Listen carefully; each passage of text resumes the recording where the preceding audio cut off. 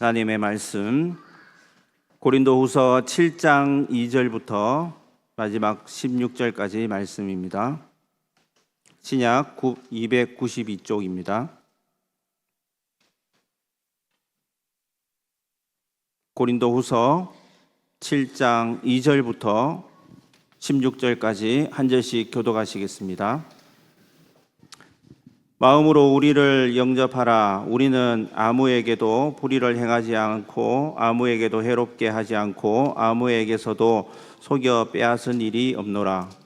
내가 이 말을 하는 것은 너희를 정죄하려고 하는 것이 아니라 내가 이전에 말하였거니와 너희가 우리 마음에 있어 함께 죽고 함께 살게 하고자 함이라.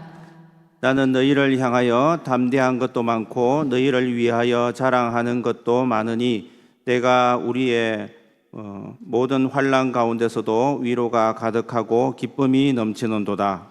우리가 마게도냐에 이르렀을 때에도 우리 육체가 편하지 못하였고 사방으로 환난을 당하여 밖으로는 다툼이요 안으로는 두려움이었노라.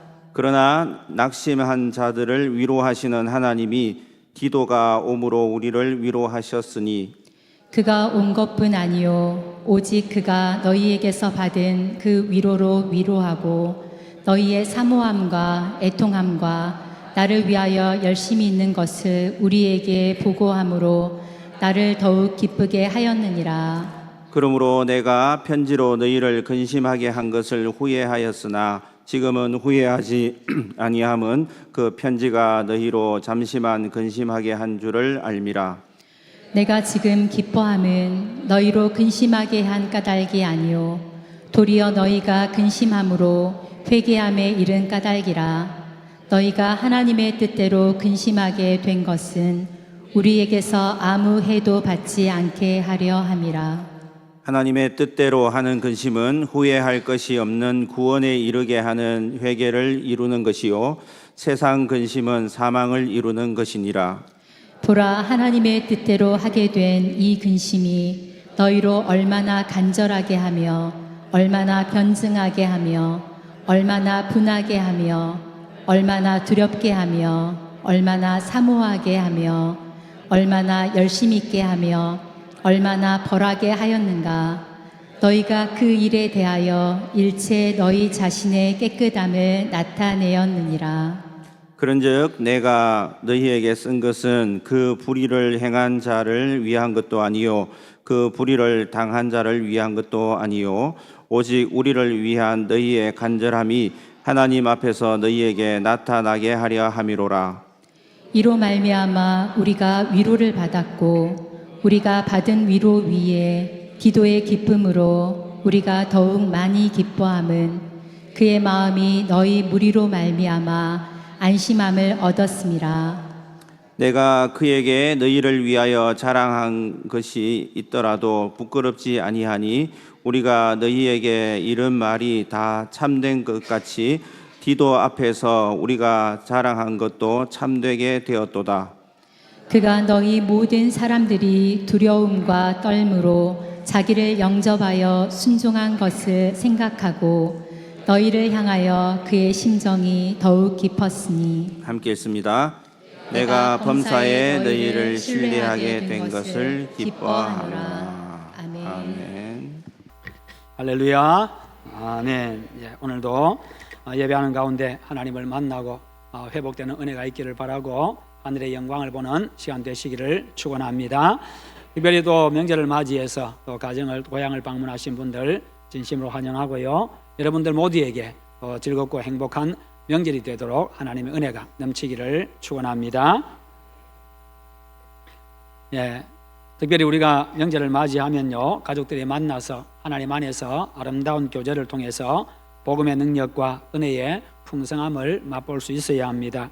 믿지 않는 가족들에게는 복음을 전하는 그런 기회로 삼으시고 관계가 서먹한 가족들과는 사랑의 관계를 회복하고 그리고 이웃과도 따뜻한 관계를 회복함으로써 관계의 그 기쁨과 즐거움과 행복을 누리시기를 축원합니다.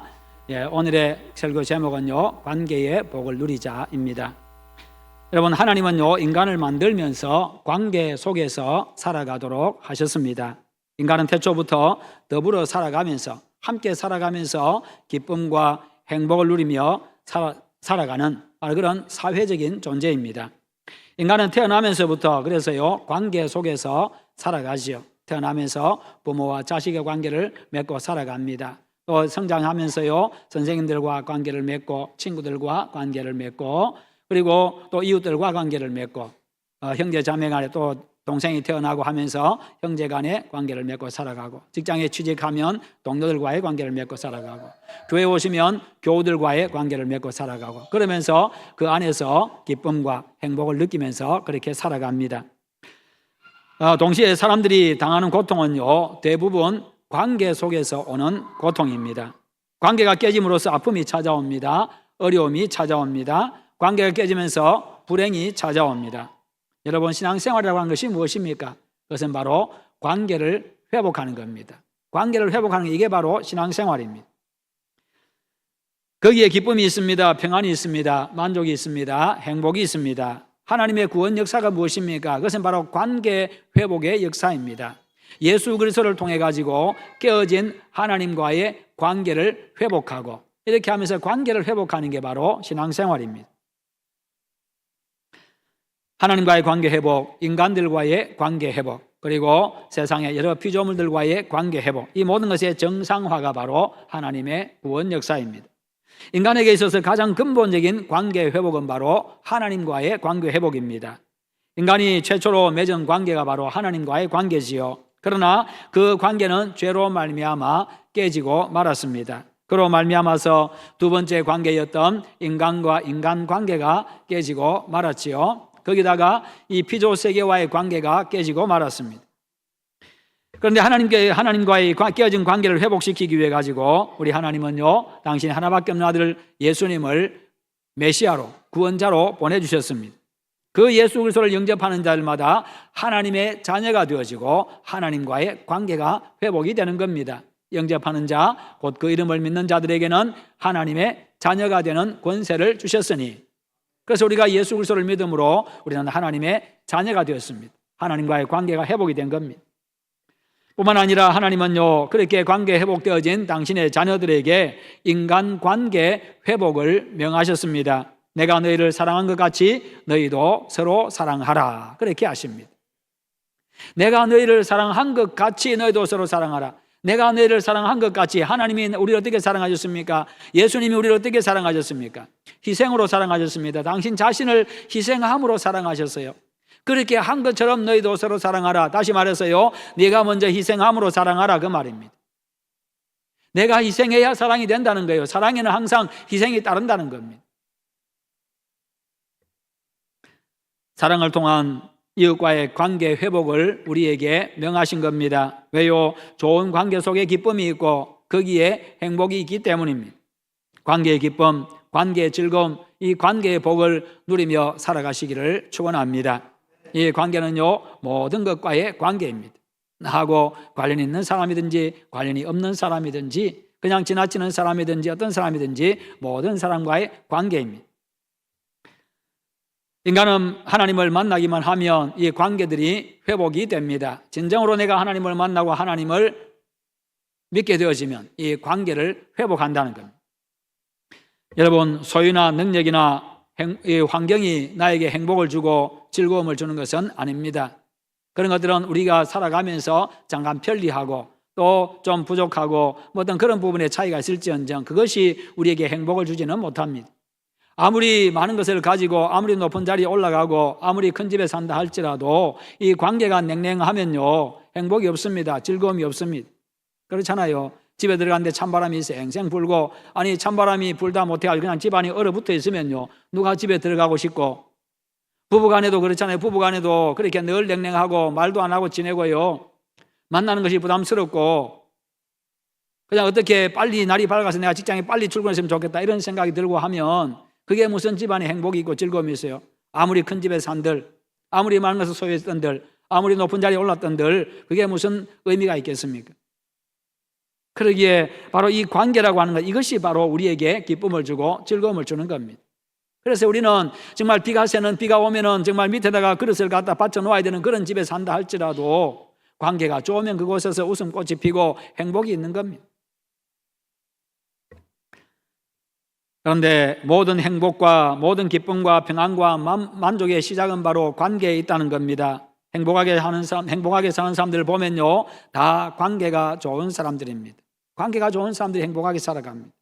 왜냐하면 인간의 모든 불행이 죄로 말미암아 관계가 깨지면서 찾아왔기 때문입니다. 먼저 하나님과의 관계가 깨졌습니다. 관계가 깨지니까요, 하나님과의 관계 속에서 에덴에서 하나님을 만나고 하나님을 찬양하고 하나님의 사랑과 은혜를 누리고 정말 날마다 그렇게 기쁘게 즐겁게 행복하게 평안하게 살아야 되는데, 관계가 깨지고 나니까 어떻게 됩니까? 하나님을 두려워하게 됩니다. 하나님의 낯을 피하게 됩니다. 숨게 되어졌습니다. 하나님이 아담아 네가 어디 있느냐 찾게 되어지는 바로 그와 같은 모습, 참으로 비참한 모습이 되어진 것이지요. 관계가 깨지고 나니까, 죄로 말미암아 관계가 깨지고 나니까, 처음에 하나님께서 아담을 만드시고 그 다음에 하와를 만들어 가지고 그렇게 배우자를 삼게 해주셨을 때는 이는 내 뼈 중에 뼈 살 중에 살이라 그렇게 고백했습니다. 세상에서 가장 위대한 사랑 고백이었습니다. 보는 순간에 바로 자기 자신임을 보았습니다. 너는 나다 그 말이지요. 내 안에 네가 있다 그 말이 아니고 너는 나다 그 말입니다. 그런데 깨지고 나니까 어떻게 됩니까? 여자 그가라고 이야기합니다. 하나님이 만드셔서 내게 주신 여자 그가 남이 되어버렸습니다. 1인칭이었는데 3인칭이 되어버렸습니다. 이게 바로 죄로 말미암아 관계 깨지고 나니까 그렇게 책임을 전가시키고요, 그렇게 하면서 불행이 찾아온 것이요. 그 다음에는 형제가 생겨났습니다. 시기하는 마음 때문에요, 형이 동생을 죽여버렸습니다. 형제 관계가 깨져버렸습니다. 피조세계와의 관계가 깨졌습니다. 농사를 지으려고 하는데 은근키가 나고 가시덤불이 나고 그렇게 했습니다. 땅이 대항을 합니다.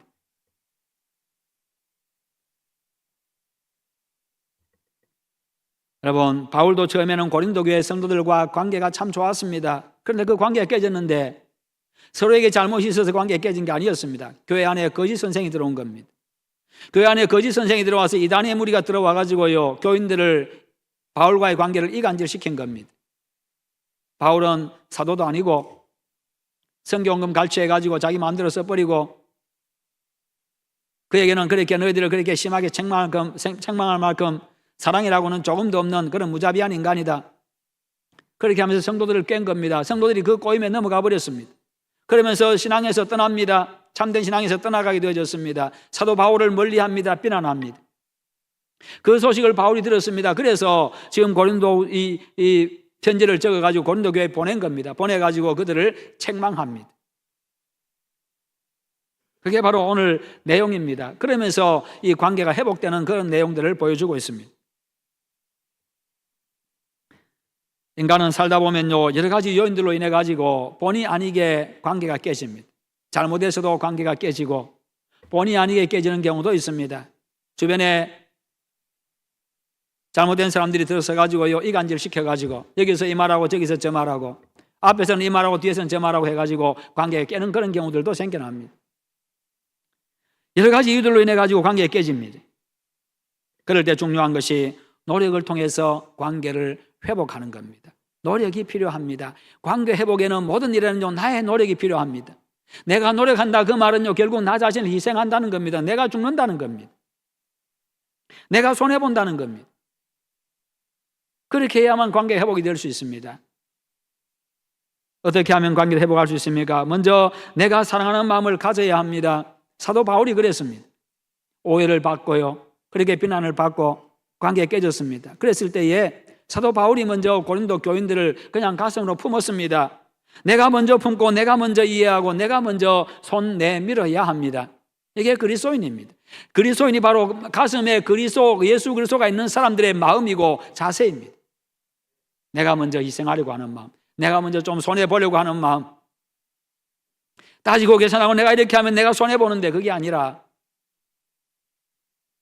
다른 사람에 대해서 사랑의 마음을 가질 때 가능합니다. 그 사람의 형편, 그 사람의 마음, 그 사람의 여러 가지 처지들을 내가 먼저 생각해주고 배려해주고, 그렇게 할 때에 그럴 수밖에 없었을 것이라고 하는 그런 마음, 그럴 수 있지라고 하는 그런 마음이 있을 때에 가능합니다. 그러면 그의 연약함으로 말미암은 실수가 이해가 되고요, 용납도 됩니다. 2절과 3절에 보면 마음으로 우리를 영접하라. 우리는 아무에게도 불의를 행하지 않고 아무에게도 해롭게 하지 않고 아무에게서도 속여 빼앗은 일이 없노라. 내가 이 말을 하는 것은 너희를 정죄하려고 하는 것이 아니라 내가 이전에 말하였거니와 너희가 우리 마음에 있어 함께 죽고 함께 살고자 함이라.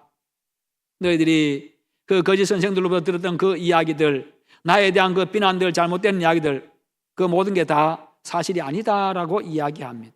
그러나 내가 너희들을 책망하지 않는다. 책망하지 않는 것은 내가 이 말하는 건 너희들 정죄하기 위함이 아니다라고 이야기합니다. 너희도 살고 나도 살기 위함이다. 여기에서 마음이라는 말을 2번이나 강조했습니다. 마음으로 우리를 영접하라. 너희가 우리 마음에 있어라고 이야기합니다. 우리 여전히 나는 너희들을 품고 있고 그리고 너희들도 우리를 마음으로 영접해라. 받아들이라 그 말이시요. 모든 오해 다 풀라는 겁니다. 사도 바울의 마음 가운데 고린도 교회 성도들이 있었다는 겁니다. 그만큼 그들을 귀하게 생각했고요, 사랑했다는 겁니다. 바울은요, 고린도 교인들에게 자신이 아무에게도 불의를 행한 일도 없고 해롭게 한 일도 없고 속여 너희들에게 속여서 빼앗은 일도 없다. 그가 그렇게 밝히는 것은 너희들이 나를 오해한 그 잘못을 지적하기 위함이 아니라 너희가 우리 마음에 있어 함께 죽고 함께 살고자 함이라. 그렇게 말합니다.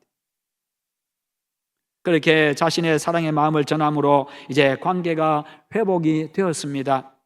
여러분, 사랑하면요 변화가 됩니다. 지적해서 변화되는 게 아니라 사랑함으로 변화가 됩니다. 지적하면 지적할수록요 상대방의 마음은 점점 강팍해집니다. 상처만 남습니다.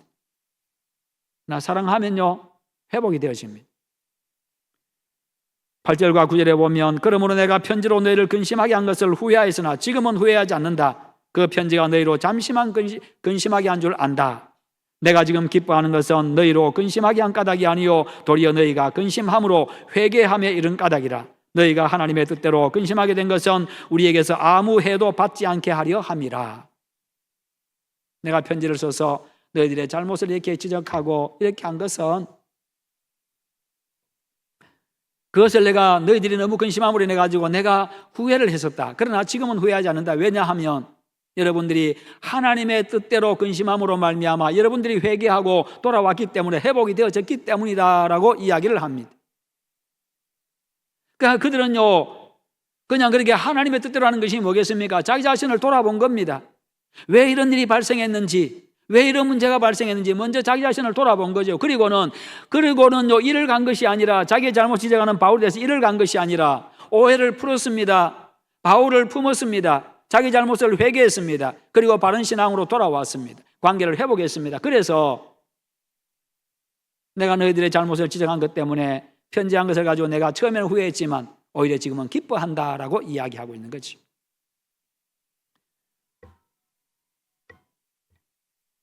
여러분, 이 근심은 결국 구원에 이르게 하는 근심이 되었다고 이야기를 하고 있습니다. 그들의 바른 신앙을 회복한 것이요, 다시 돌아오게 된 겁니다. 바울의 호된 질책에도 불구하고 고린도 교회 성도들의 마음이 상하지를 않았습니다.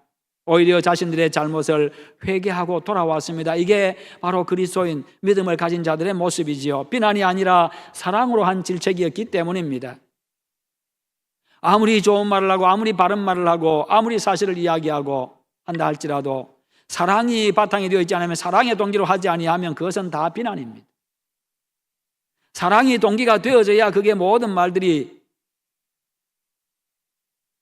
그게 그 사람을 위한 것이 되는 것이지요. 그렇지 않으면 다 비난입니다. 어떤 말을 한다 할지라도요 그것이 사랑이 바탕이 되어가지고 진정으로 그 사람을 위해서 사랑하는 마음을 했다고 한다면 사람이 바뀐다는 거지요. 변화된다는 겁니다. 사랑으로 하는 책망은 상처받지 않습니다. 사랑하면요 변화됩니다. 회복이 됩니다. 그러므로 사랑으로 모든 관계를 회복하는 여러분 되시기를 축원합니다. 두 번째로, 관계를 회복하려고 하면요 자신의 부족함을 인정해야 합니다. 사람은 누구나 부족합니다. 연약합니다. 사람은 누구나 다 완전한 존재가 아무도 없습니다. 다른 사람들과 비교하면요 내가 좀 낮게 보이고 내가 좀 더 강하게 보이고 내가 좀 더 완전하게 보일지 모르겠습니다만, 그러나 우리는 하나님 앞에 서야 됩니다. 하나님 앞에 서야 돼요. 하나님 앞에 서면요 다 똑같습니다. 저 사람 부족한 것이나 내가 부족한 것이나, 저 사람 약한 것이나 내가 약한 것이나, 저 사람의 죄인됨이나 내가 죄인됨이나 똑같습니다. 우리끼리 자꾸 사람들과 비교하니까 나보다 저 사람 좀 못하게 보이기도 하고 약하게 보이기도 하고 그렇게 합니다만 하나님 볼 때는 다 똑같다는 이야기입니다. 그래서요, 저 사람이나 내나 동일하게 예수님의 보혈이 필요합니다. 내가 저 사람보다 조금 낫기 때문에 나에게는 예수님의 보혈이 한 그릇만 필요하고 저 사람에게는 그냥 그 예수님의 보혈이 한 바게스가 필요하고 그런 게 아니라는 거예요. 똑같습니다. 하나님 앞에서는 절대적으로 부족하고 하나님 앞에서는 절대적으로 연약한 존재. 그래서 남에게 내 자신의 연약함과 부족함과 약점을 인정할 수 있어야 합니다. 자신의 권위와 체면 생각하면 그럴 수가 없죠. 바울도 마찬가지였습니다. 그는 영적 지도자였음에도 불구하고요, 바울은 그러질 않았습니다. 5절에 보면 우리가 마게도냐에 이르렀을 때에도 우리 육체가 편하지 못하였고 사방으로 환난을 당하여 밖으로는 다툼이요 안으로는 두려움이었노라. 바울은 참 솔직했습니다. 솔직하게 자신의 연약함을 이렇게 고백하고 있습니다. 마게도냐에서 다툼이 있었다고 이야기합니다. 나에게도 두려움이 있었다고 이야기를 하고 있습니다. 나도 그렇게 연약한 존재다. 나도 실수가 있는 존재다. 그렇게 이야기합니다. 너희들하고 똑같다라고 이야기하고 있죠. 너희들도 실수한 것처럼, 너희들도 잘못한 것처럼 나도 잘못할 때가 있다라고 이야기하는 거죠. 남들 앞에서 자신의 실수와 오류와 약함을 인정하는 것, 이게 중요하지요. 오히려 그것이요, 자신이 인정받고 존경받게 하고 권위가 서게 만들어 줍니다. 사람들은 완전한 사람을 좋아하는 게 아닙니다. 강한 사람을 좋아하는 게 아닙니다. 그런 사람을 존경하는 것도 아닙니다. 완전하기 때문에 존경하고 강하기 때문에 존경하는 게 아닙니다. 사람들은 완벽한 사람을 존경하는 게 아닙니다. 인간성을 존경하는 겁니다. 그 사람의 인간성을 존경하는 것이요. 인간미가 있어야 됩니다. 사람들은 인간미가 있는 사람을 만나기를 원합니다. 인간미가 없으면 어떻게 됩니까? 자꾸 떠나갑니다. 옆에 있기를 두려워합니다. 부담스러워합니다. 거부합니다. 전화 오는 것도 부담스럽습니다. 받을까 말까? 사람들은 어디서 인간미를 느낍니까? 연약함 속에서, 부족함 속에서 인간미를 느낍니다. 완벽한 사람, 완벽주의자는요, 참 부담스럽습니다. 함께 있는 것 자체가 참 두렵지요. 왜요? 그 사람과 비교돼서 자신의 연약함도 드러나고 무능함도 드러나고 정죄받을까 봐 두렵고요, 지적받을까 봐 두렵고, 그러니까 긴장이 됩니다. 불편합니다. 그래서 다음에 또 만나려고 하면요, 부담스럽지요. 바리새주의의 약점이 무엇입니까? 좋은 것으로, 강점만으로 자기 자신을 포장하는 것이었습니다. 좋은 것들로만 자기 자신을 포장하고 강점들만 가지고 자기 자신을 자꾸 포장합니다. 속에는 변함이 없는데 자꾸 껍데기만 화려하게 치장하고 자꾸 자꾸만 이렇게 자꾸 무장을 합니다. 그러면서 사람들에게 그것을 자꾸만 보여주려고 하는 것이지요. 그러다 보니까 더 철저하게 자기 자신을 포장하고 무장하고, 그리고는 그거 가지고 남을 정죄합니다. 나는 너희들하고 달라. 그러나 창기와 세리와 같은 죄인들은요, 자기 모습을 있는 그대로 다 보여주었습니다. 예수님과 바리새인들, 사람들과 바리새인들의 관계가 왜 깨졌습니까? 자기 의로서 자기 자신을 철저하게 포장하고 남을 정죄했기 때문에 깨진 겁니다. 인간관계가 안 좋은 사람들을 보면 대부분 다 자존심이 너무 강한 사람들입니다. 자존심이 너무 강해가지고 자기 약점을 절대로 잘 드러내려고 하지를 않습니다. 그러다 보니까 누군가가 자기 약점을 이야기하면요, 화를 냅니다. 다툽니다. 자신을 있는 그대로 자연스럽게 보여주는 것이 관계 회복의 출발입니다. 바울을 보십시오. 그는 자신을 있는 그대로 드러내고 있습니다. 6절에 보면 그는 디도가 와서 위로하는 것을 보고 굉장히 좋아합니다. 나도 위로가 필요한 사람이다, 그 말이시요. 나도 위로가 필요한 사람이다. 거기다가 와가지고 너희들의 변화된 그 모습, 좋은 소식을 전하니 내가 더 기쁘다라는 것이. 나도 좋은 이야기 듣기 원하고 나도 위로가 필요한 사람이고.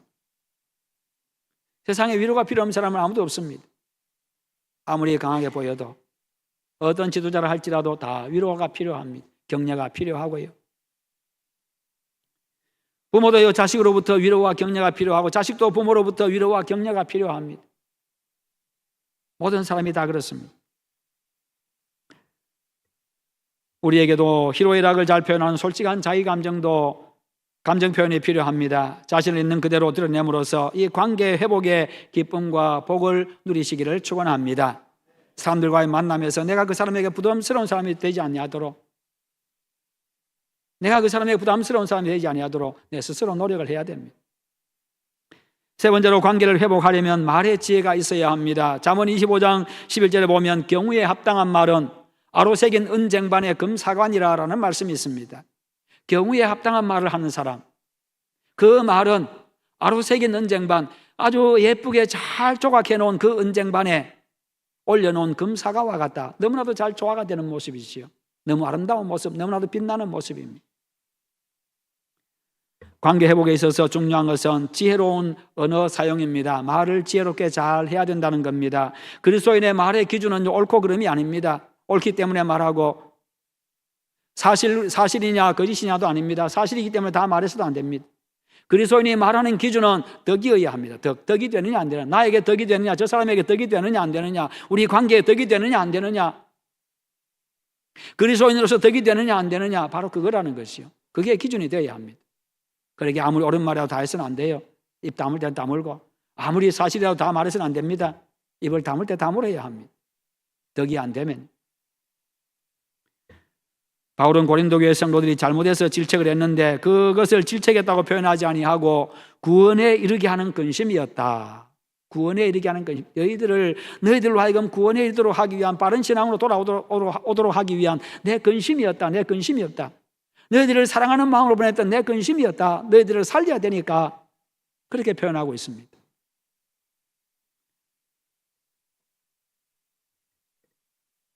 바울은 똑같은 이야기도 긍정적인 표현을 했습니다.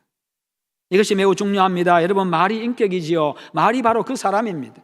말을 보면 그 사람이 어떤 사람이냐 알 수가 있습니다. 모든 관계의 파탄과 회복은 바로 말에 달려 있습니다. 인생에서 말이 그만큼 중요하다는 말입니다. 그래서 말을 잘 해야 됩니다. 달변가가 되라는 말이 아니라 말을 잘 해야 됩니다.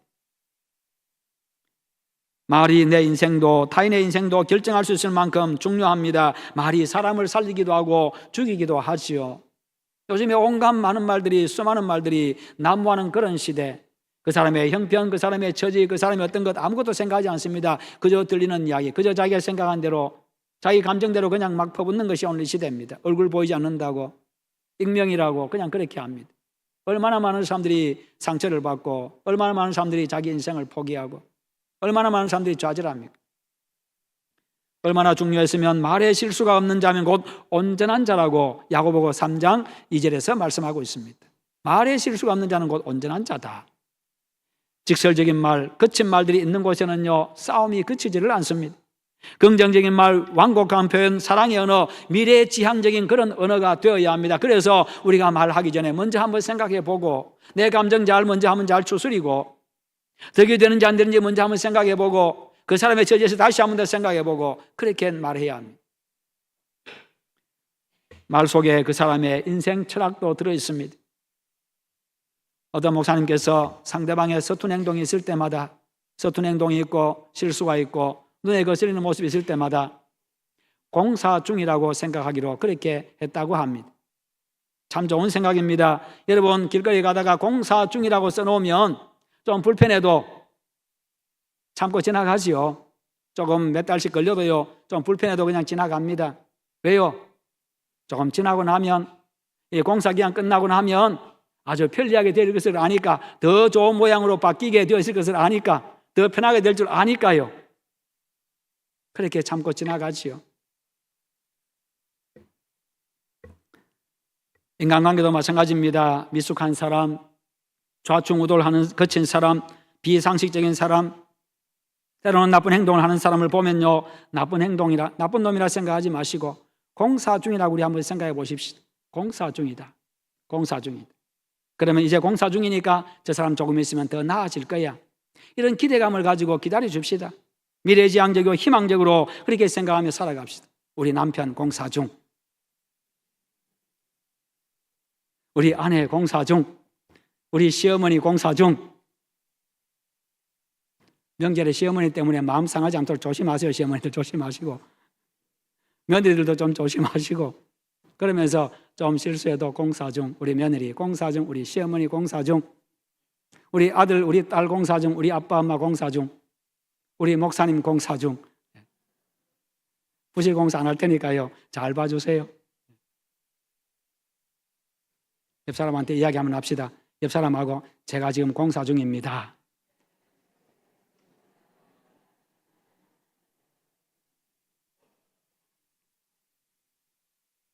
좀 잘 봐달라 그 말입니다.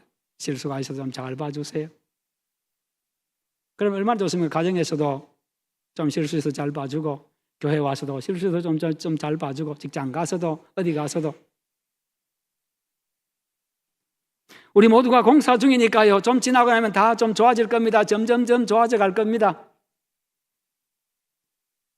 늦잠도, 좋지 못한 습관도, 게으름도, 때로는 술 취하는 것도, 때로는요 담배 피우는 것도, 욕하는 것도, 싸우는 것도, 도둑질하는 것도, 가출하는 것도, 못된 말 하는 것도, 거짓말 하는 것도, 불성실하고 불충성한 것도요.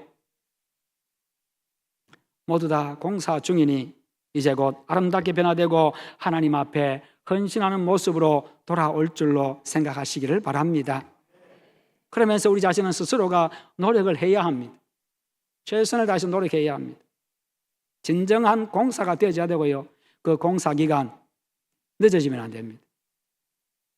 최대한 빨리 공사 마무리하고요. 부실 공사 안 되도록 최선을 다해서 그렇게 노력을 해야 합니다. 그러면 문제가 없지 않습니까? 여러분, 미래지향적인 사람은요, 다른 사람을 정죄하거나 평가하지 아니하고 축복하고 그리고 기대합니다. 축복하고 기대하면요, 결국에는 그와 같은 모습으로 변화되어져 있습니다. 지적한다고 바뀌는 게 아니라니까요. 축복하고 기대해 보세요. 그러면 변화되어져 있습니다. 우리가 아버지의 심정으로 돌아가면 그렇게 됩니다. 아버지의 심정으로 돌아가면, 아버지 어머니의 심정으로 돌아가면 그렇게 됩니다. 그렇잖아요. 자식이 때로는 잘못한다고 해서, 미숙하다고 해서 버리지 않잖아요. 기다려줍니다. 그냥 미워하지 않습니다. 그냥 여전히 가슴에 품고 있습니다. 사랑해줍니다. 기도해줍니다. 기다려줍니다. 아기가 처음 태어나면 어떻습니까? 다 못생겼지요. 처음 태어난 아기 보고 전부 다 이쁘다 이쁘다. 자기 애들이니까 이쁘지. 그냥 얼굴만 보면 다 못생겼어요. 처음 태어난 애기 다 못생겼어요. 그런데 못생겼다고 갖다 버립니까? 포기합니까? 아니잖아요. 애들이 오줌 싸고 똥 싸고요, 가서 그냥 흙바닥에 뒹굴고 그렇게 한다고 해가지고 코 올리고 한다고 해서 버립니까? 포기합니까? 아니잖아요. 씻어주고 닦아주고 새 옷 입혀주고 목욕시켜주고 그렇게 합니다. 왜요? 아직 미숙하니까 점점 성장해 갈 거니까, 성숙해져 갈 거니까 기다려주는 거지요. 자라는 과정이라 이해하고 품어주고 사랑하고 그리고 밝은 내일을 기대하면서 인내해 줍니다. 그러면서 아기들이 자라가지요. 신앙도 마찬가지입니다. 베드로가 예수님의 제자다웠습니까? 그렇지 않았습니다. 경솔한 사람이었습니다. 개구리처럼요, 어디로 튈지도 모르는 그런 사람이었어요. 성질 급했습니다. 하나도 좋은 것이 없는 사람처럼 그렇게 보였습니다. 그런데 예수님이 그런 그에게 뭐라고 말씀합니까? 너를 장차 개발하리라. 너를 개발하리라. 장차 너를 개발하리라. 베드로라 하리라. 베드로가 무슨 의미입니까? 반석이라는 의미입니다. 베드로는 반석 같은 존재가 아닙니다. 그런데 내가 장차 너를 개발하리라. 반석이라 하리라. 베드로라 하리라. 믿을 만한 존재가 되게 한다는 겁니다. 변함없는 그런 존재가 되게 한다는 거지요. 흔들림 없는 존재가 되게 한다는 겁니다. 베드로의 원래 모습이 반석이 아니었습니다. 다듬어지지 않은 돌이었습니다. 좌충우돌하는 돈키호테 같은 사람이었습니다. 무식했습니다. 장차 예수님 배반할 사람이었습니다. 예수님 다 알고 계셨습니다. 그런데도 불구하고 장차 네가 반석이 될 거다. 너를 기대한다는 말입니다. 너를 내가 기대한다. 너는 장차 나의 훌륭한 제자가 될 거다. 그 축복과 기대가 위대한 사도 베드로를 만들었습니다. 잘 싸우는 사람 보면 자꾸만 남의 약점, 잘못만 지적을 합니다. 관계를 회복하려면요, 말이 바뀌어야 됩니다. 생각이 바뀌어야 됩니다. 남의 장점을 보고 칭찬하고 격려하는 말, 남의 약점과 잘못을 보고도 공사 중이라고 생각하고 말하고요, 아름답게 변화되어 있을 그 내일을 기대하면서 축복하는 사람, 그러면 좋은 관계로 회복이 될 것입니다. 여러분, 인생의 진정한 행복은 관계 회복에 있습니다. 하나님과의 관계 회복, 인간 관계 회복. 사람의 사랑의 마음을 품고 자신을 솔직하게 드러내고 말에 지혜로운 사람이 되십시다. 사랑에는 언제나 나 자신을 희생하는 것, 내가 손해보는 것, 그게 들어있습니다. 전제되어 있습니다. 그게 그리스도인입니다. 내 안에 예수가 있는 사람, 내 안에 하나님이 있는 사람. 그래서 가족과 성도들과 직장 동료들과 이웃과 온전하고 아름다운 관계를 회복해서 즐겁고 행복한 여러분의 삶이 되시고 또 즐겁고 행복한 그런 명절 보내시기를 주님의 이름으로 축원합니다. 기도합니다. 하나님 감사합니다. 우리가 하나님과의 관계를 회복하고 이웃과의 관계를 회복하고 모든 사람들과의 관계를 회복함으로 그 관계 회복의 기쁨, 즐거움, 복을 누리게 하시옵소서. 예수님의 이름으로 기도하옵나이다. 아멘.